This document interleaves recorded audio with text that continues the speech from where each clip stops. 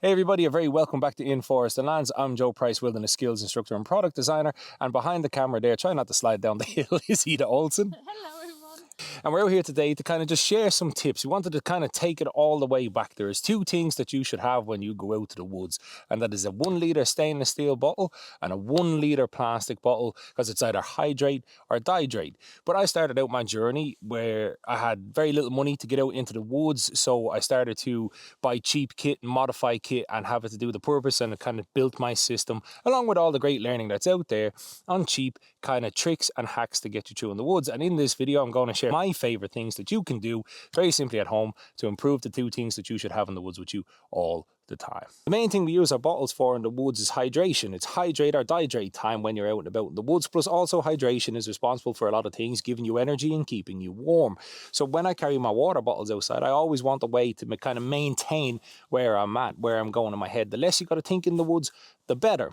So this is the Forest Fundamentals bottle here, and this is one that I had a hand in helping create. And you have all your measurements and your daily water intakes and your recommendations, both in imperial and metric, and on the back, and it's Nalgene. But this came from this particular hack that I used to do when I was out. You can simply take your existing bottle, and we go pure ghetto on it, and you can have a piece of Right in the Rain paper here, so it has to be waterproof. Naturally, you want to be a bit tough. I used to sellotape it onto the bottle, and then this way I could keep track of 2 litres, 3 litres, medications I had to take, maybe hydration tablets that I added, and I could stay on top of it. Simply get home, you take the paper off, you stick a new piece of paper on, and away you go. So in this bottle is a hearty meal for one, and this is the most common way that myself and Ida actually use our Nalgene bottles for when they're not carrying water.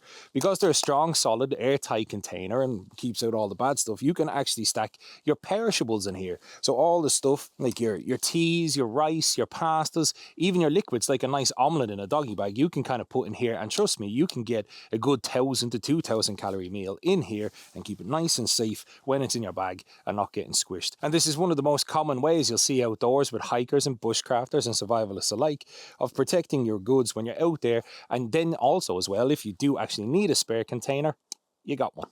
For the more prepared mindedness of us out there, here's a little simple trick that you can do to add to your Nalgene bottles or your water bottles, is by making a little mini survival kit. So what I have here is the contents of a Wazoo adventure kit, and you just have some snare wire, wire rope, a little bit of a fishing kit, a method of making fire, a method of signaling, and a method of water purification.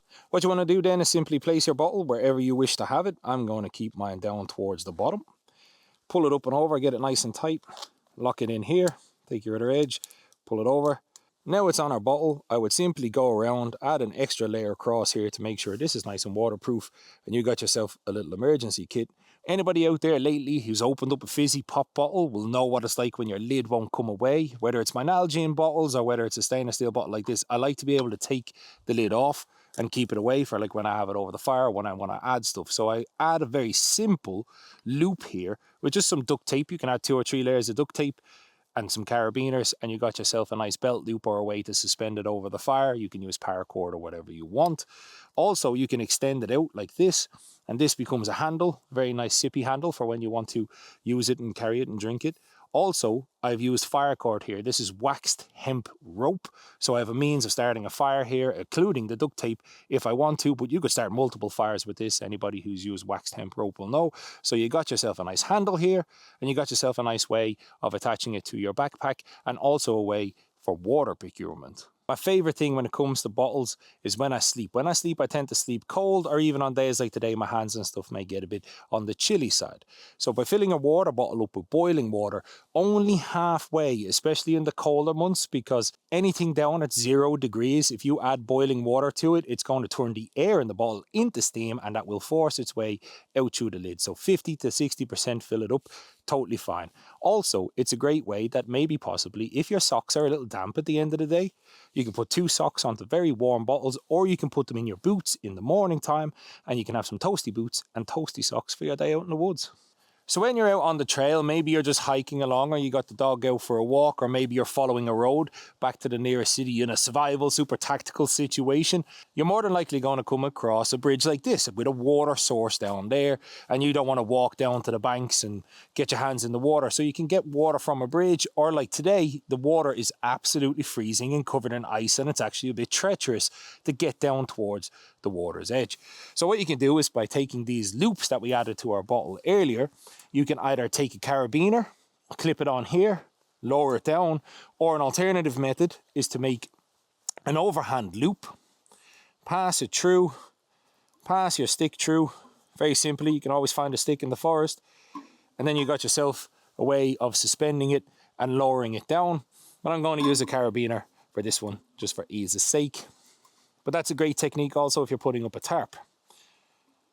So I'm going to attach my carabiner, take a very simple overhand loop, attach it here, and then I'm going to lower my bottle down and get my water.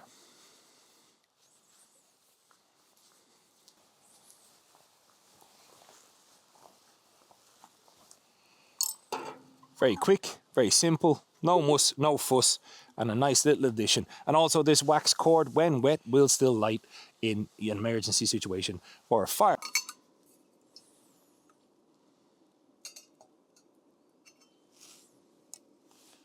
There's a reason why we carry two particular bottles in the woods, a stainless and a plastic one. It's because a stainless one can be put on top of a heating instrument like the Primus stove here, or it can be just chucked straight into a fire. And we can use it for boiling water, cooking pasta, all those particular things. But mainly it's for sterilization. I can boil away on here. Remember, it's a science about purifying water, but big bubbles, no troubles.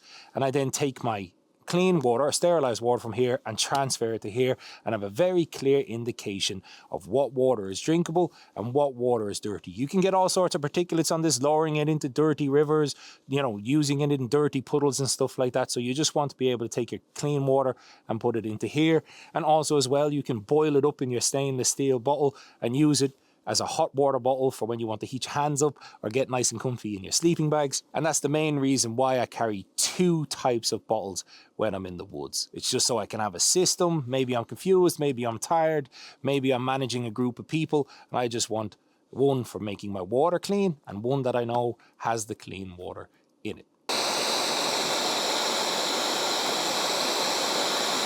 Most lids being plastic, you can't really have them sitting up here, but you still want your water to boil fast. If you take your nesting cup, you can just simply add it over the top, and job's a good one.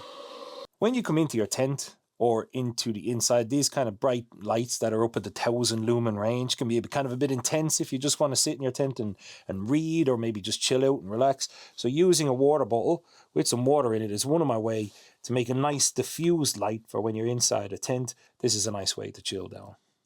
Thank you for joining along in that video. I'm actually now got my boiling water in my kangaroo pocket here, heating my hands up. It's been a long day. Myself and Nita have been shooting multiple videos out here today. But as always, these are the videos that we enjoy making the most for this channel. It's been really, really cool to see the comment sections of our videos becoming a great community, because as always, I believe that if you're the only expert in the room, that you're in the wrong room. And as you may have seen in other videos, that if there's some great tips, ones that really stand out to me, I like to pin them to the top of the comment section, because that's what this channel is all about. You should be sharing your knowledge far and wide. Each one, teach one, and we can move on and share it about. And speaking of sharing it about, please like and subscribe to the video. It really helps us, and it really pushes the videos out into the ether of algorithmic space and helps other people see. Enjoy your journey outdoors, and join me and the beautiful Ida in another video soon. Peace.